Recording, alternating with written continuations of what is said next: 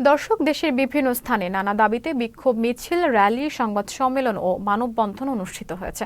প্রতিনিধিদের পাঠানো তথ্য ছবিতে দেখুন ডেস্ক রিপোর্ট।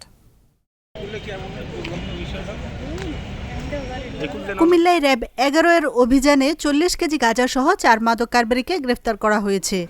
র্যাব জানায়, রোববার ভোরে কুমিল্লা জেলার কোতোয়ালি মডেল থানাধীন আমতলী এলাকায় অভিযান চালিয়ে মাদক কারবারি মহসিন, রাজীব তালুকদার, নাইম মোল্লা এবং আসাদুজ্জামান রাজুকে গ্রেফতার করা হয়। এ সময় তাদের কাছ থেকে 40 কেজি গাঁজা ও মাদক পরিবহন কাজে ব্যবহৃত 2টি প্রাইভেট কার জব্দ করা হয়। পটুয়াখালীর কালিকাপুর ইউনিয়নের আব্দুর রাজ্জাক মাতবর সহ 7 জনকে কুপিয়ে জখমের ঘটনায় জব্বার মাতব্বর ও তার দোসরদের গ্রেফতার এবং বিচারের দাবিতে মানববন্ধন হয়েছে। রোববার সকালে পটুয়াখালী জেলা প্রশাসক কার্যালয়ের সামনে মানববন্ধনের আয়োজন করেন ভুক্তভোগী পরিবারের সদস্য ও স্থানীয়রা।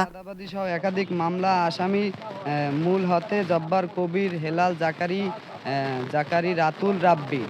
মাদারীপুরের ডাসার শ্রমিক দলের সভাপতি শাহ আলম ফকিরের বিরুদ্ধে দলীয় শৃঙ্খলা ভঙ্গ ও সিনিয়র নেতাদের নিয়ে বিরূপ মন্তব্য করায় স্থায়ী বহিষ্কারের দাবিতে সংবাদ সম্মেলন হয়েছে।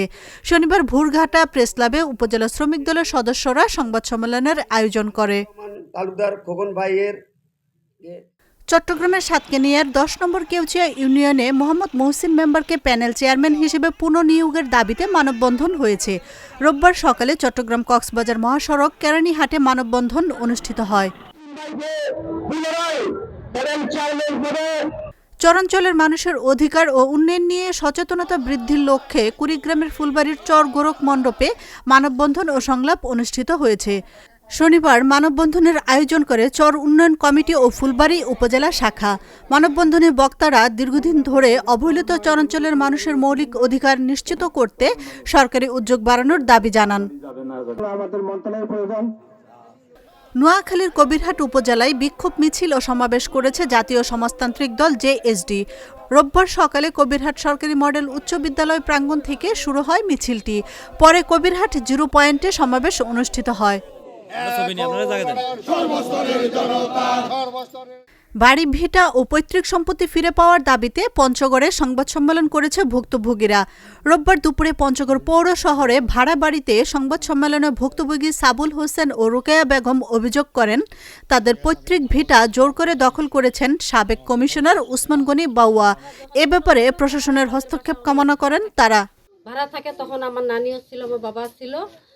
ঢাকার দুহারে বৈষম্য বিরোধী ছাত্র আন্দোলনের নতুন কমিটি অবাঞ্ছিত ঘোষণা করেছে আন্দোলনের অংশ নেওয়া শিক্ষার্থীরা।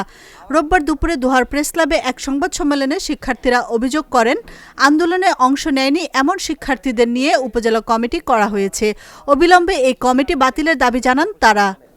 অর্থনৈতিকভাবে আপনার বলেন যে রংপুরের মিঠাপুকুর উপজেলায় স্কুল ছাত্রী ধর্ষণের ঘটনায় রোববার মিঠাপুকুর থানায় মামলা করেছে ভুক্তভোগী শিশুটির পরিবার। এদিকে 48 ঘণ্টা অতিবাহিত হলেও আসামিকে গ্রেফতার না করায় মিঠাপুকুর উপজেলায় মানববন্ধন ও মহাসড়ক অবরোধ করেন বৈষম্য বিরোধী ছাত্র আন্দোলন ও ভূমিহীন সংগঠন সহ এলাকাবাসী। চট্টগ্রামের লোহাগাড়ার পদুয়ায় তুচ্ছ ঘটনাকে কেন্দ্র করে আওয়ামী দূষর মোহাম্মদ আজিজের দায়েরকৃত প্রবাসী আবুল হাশেমের বিরুদ্ধে হয়রানিমূলক মিথ্যা মামলা প্রত্যাহারের দাবিতে সংবাদ সম্মেলন হয়েছে। রোববার সংবাদ সম্মেলন করেন ভুক্তভোগী পরিবারের সদস্যরা। এবং এই স্কিমের 30 বছরের মালিক আমি। ম্যাটস ডিএমএফ ইস্যুতে স্বাস্থ্য মন্ত্রণালয়ের হঠকারী সিদ্ধান্তের বিরুদ্ধে 5 দফা দাবিতে ময়মনসিংহে বিক্ষোভ করেছে বিভিন্ন মেডিকেল কলেজের চিকিৎসক ও শিক্ষার্থীরা। রোববার দুপুরে ময়মনসিংহ মেডিকেল কলেজের সামনে প্রতিবাদ সমাবেশে বক্তব্য রাখেন শাওরিন ইসলাম সহ অন্যান্যরা। খুলনার কপিলমুনি জাফর আউলিয়া ফাজিল মাদ্রাসার দুর্নীতিবাজ অধ্যক্ষ উলামা লীগ নেতা আব্দুস সাত্তারের অপসারণের দাবিতে বিক্ষোভ মিছিল ও মানববন্ধন হয়েছে। রোববার সকালে আয়োজিত মানববন্ধনে অংশ নেন ছাত্র, শিক্ষক, মাদ্রাসার জমিদাতা পরিবারের সদস্য ও সাধারণ মানুষ। আশরাফুন নাহার মালা, চ্যানেল এস, নিউজ ডেস্ক।